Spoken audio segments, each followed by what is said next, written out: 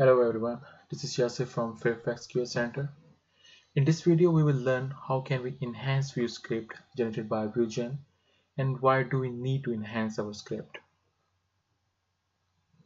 We already have learned how to generate script through VueGen, but just generating the script is not enough to replicate real-world user or human behavior. When script is created, it creates single straight flow of the system under test, whereas the real user may perform multiple iterations of the same thing before logout. For example, in Yahoo email, after login, you can go to your inbox and then you can jump to your compose email. You can compose any email and then you can send email to any recipient. And after that, you can jump back to your inbox. So this is not a straight flow. You are jumping between the pages.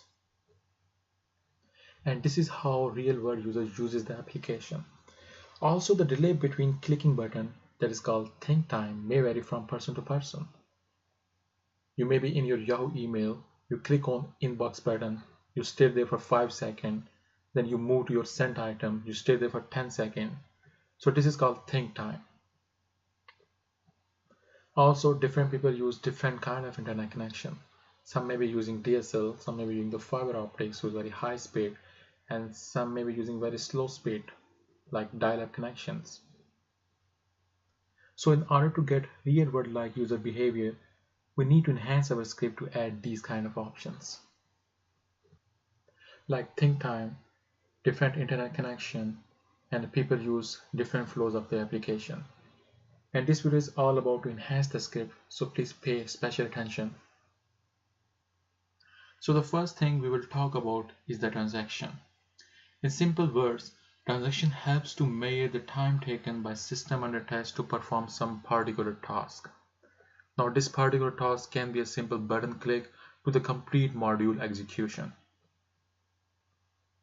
If you remember our previous video, we created a script for our sign up page. Now this complete script can be surrounded by one transaction. There are few ways you can add transaction to your script. For example, during recording there are some buttons available, and after script generation you can add single line of code or you can use the step toolbox. So let's go ahead and create a simple solution to learn how to add transaction. Go to your VueGen.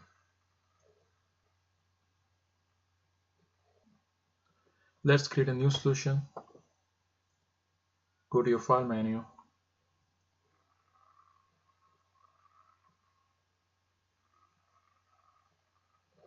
Click on new script and solution.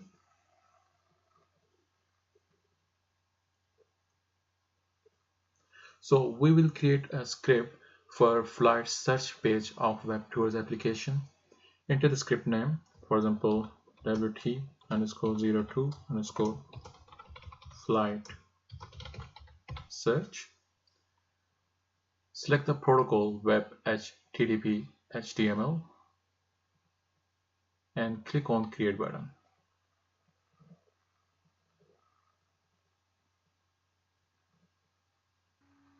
Click on record button.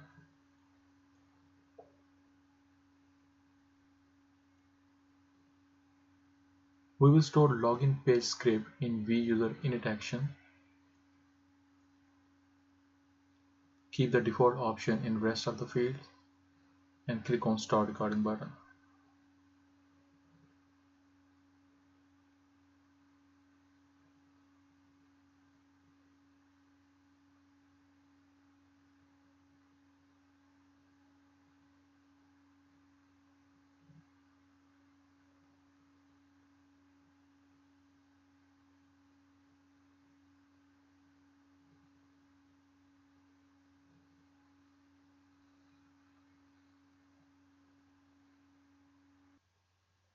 Enter the username and password. If you remember, we created one user Fairfax QA and the password is 123456. Click on login button.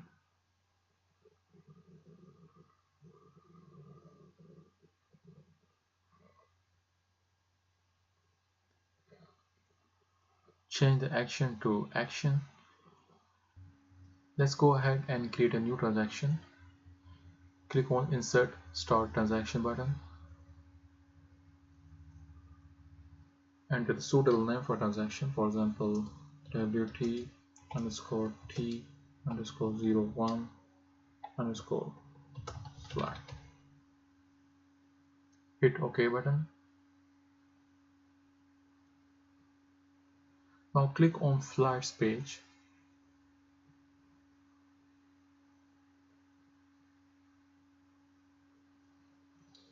Okay, so this is the page where you can find a flight from different locations. Select the departure city, for example London, and arrival city, for example Los Angeles. You can change the return date, for example 9:30. Number of passengers, you can say 2, and your seating preferences window. Click on continue button. So Web Tours application found 4 flights for us. Let's go ahead and end the transaction that we started. Click on insert end transaction. Select the transaction name. So our transaction is successfully ended. Click on stop recording button.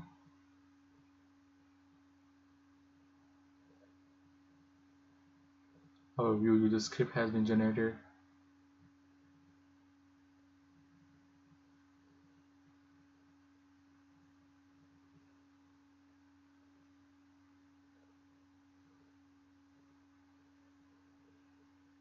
Click close button.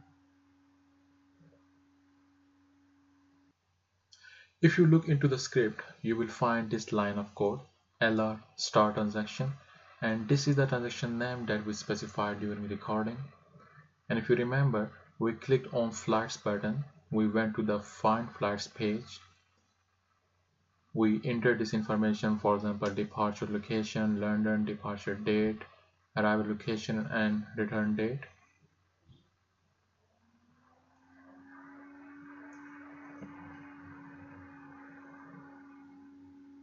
And after that we clicked on continue page and ended our transaction.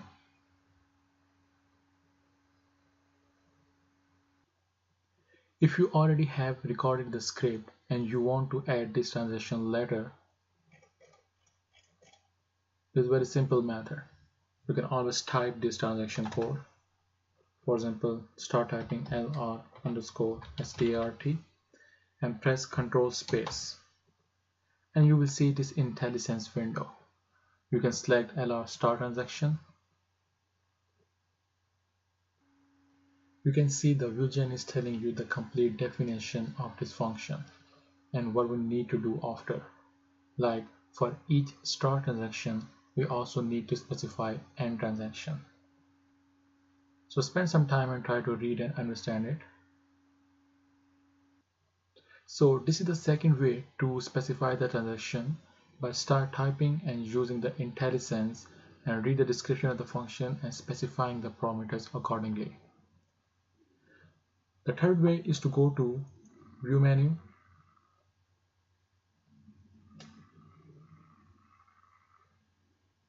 select Steps Toolbox. On the right side Steps Toolbox panel, you can see this search text box. Enter any string, for example start transaction, and you can see 2 methods having start transaction has appeared. Double click on LR start transaction. So the start transaction method is asking us to provide the transaction name. Enter any letter string, for example liberty tr01 underscore flight search. Hit OK button, and you can see that the transaction with the transaction name WTTR01 flight search has been successfully added to our script. By the definition of start transaction function, we know that every start transaction must have end transaction. So let's navigate to the code where we want to insert end transaction.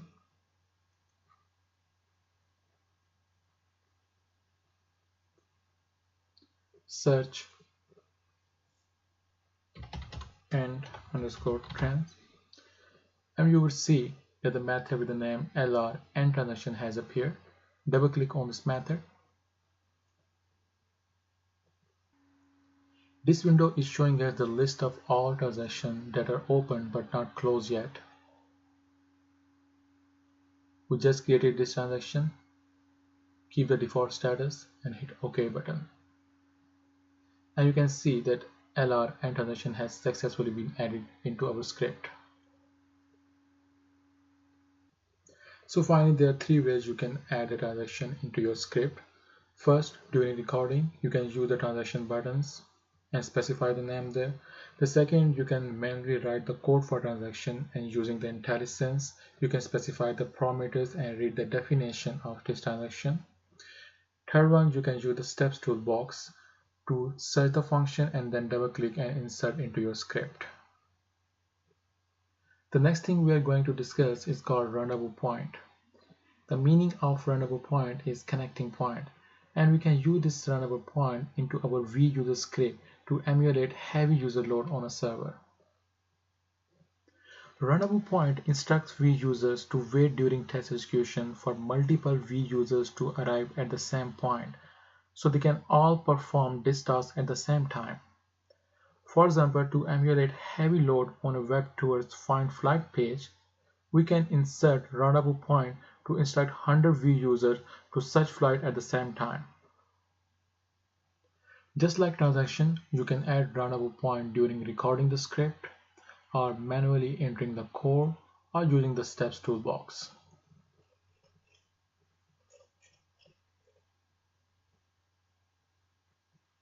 So let's go ahead and add one runnable point.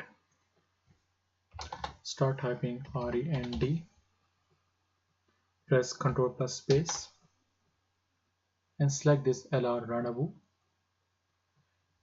Enter the name of runnable point, for example, WT RVD.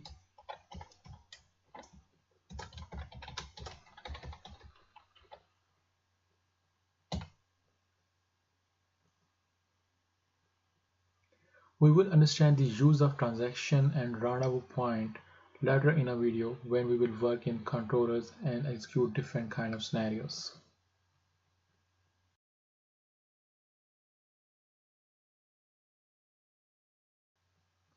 The next topic we are going to discuss is runtime settings. This is also very important like Vusion script. Runtime settings are used to control the flow of system under test, managing runtime, pacing, logging, internet connection speed, etc. Let's understand each option one by one. So let's go to our Vusion, click on replay button and select runtime settings.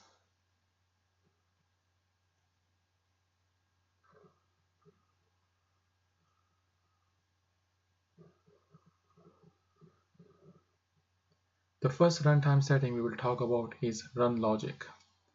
The simple definition of run logic is the number of time each action will execute, except vuser init and vuser end. That's why we record login and logout functionality script in these two actions, because usually users don't log in and log out from application very often.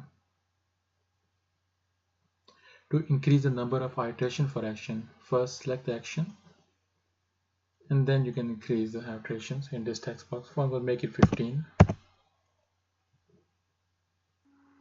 Please remember, if you would have more than one action under run, for example, in case of web tours application, you recorded a script for sign up, for login, for find flight pages, each action will be executed 15 times. Now the question is why we have this run logic and actually what is the use of it. So let's understand it. Run logic is more likely used to emulate the behavior how we use the website. Just take example of your email account. You log into your email account once and then you jump among different pages, for example inbox, compose email, sent item, junk email, then move back to the inbox. So in a simple word, you go to each page more than once, and that is the number of iteration, and then you log out only once. The second option is pacing. The simple definition of pacing is delay between two iterations, and we have learned about iteration in run logic, the number of time each action executes. Most people confuse pacing with think time, so we should understand the complete difference between them. The pacing is the delay between two iterations, whereas the think time is the delay between two steps. We will learn about think time later in the video. The value of the pacing depends on the system under test design. For example, for aggressive or heavy load, you can select the first option. Start new iteration as soon as the previous iteration ends, or you can select the fixed value for the pacing by selecting the second option.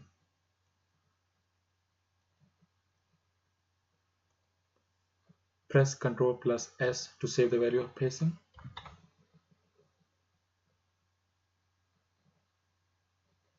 The next option is log. Log stores all events information while using the LoadRunner. You can enable log to understand what's happening between your application and server. LoadRunner provides very powerful mechanism of logging. You can select either standard log to have a fewer option, or you can also customize your log by selecting extended log and selecting the options underneath. For example, parameter substitution, data returned by server, or advanced trace. So select the option according to your system under test design. The next thing we will talk about is the think time. Think time is simply the delay between two steps. Let's try to understand the think time with an example. To log into your email account, you first enter your email address, then password, and finally you hit the login button. So the time taken by you to enter the email address and the password is actually the think time in the eye of LoadRunner. For aggressive or heavy load testing, you can ignore the think time, or you can keep the think time that was created during the recording of script. You can multiply recording think time by any number, or you can select any random percentage of think time. The next option we will jump to is speed simulation. This is simply the internet speed of we users. In the real world, different human users may have a different internet connection speed at their home that may affect the performance of application under test on their personal computer. You can select any of three options. For example, use the maximum bandwidth, or you can select use a predefined bandwidth, for example 128 kilobytes per second, 5 Mbps, or you can enter a custom bandwidth. You can also play around with other options, for example the browser emulation, the content checker, proxy, and read the information underneath to understand what is the purpose of each option.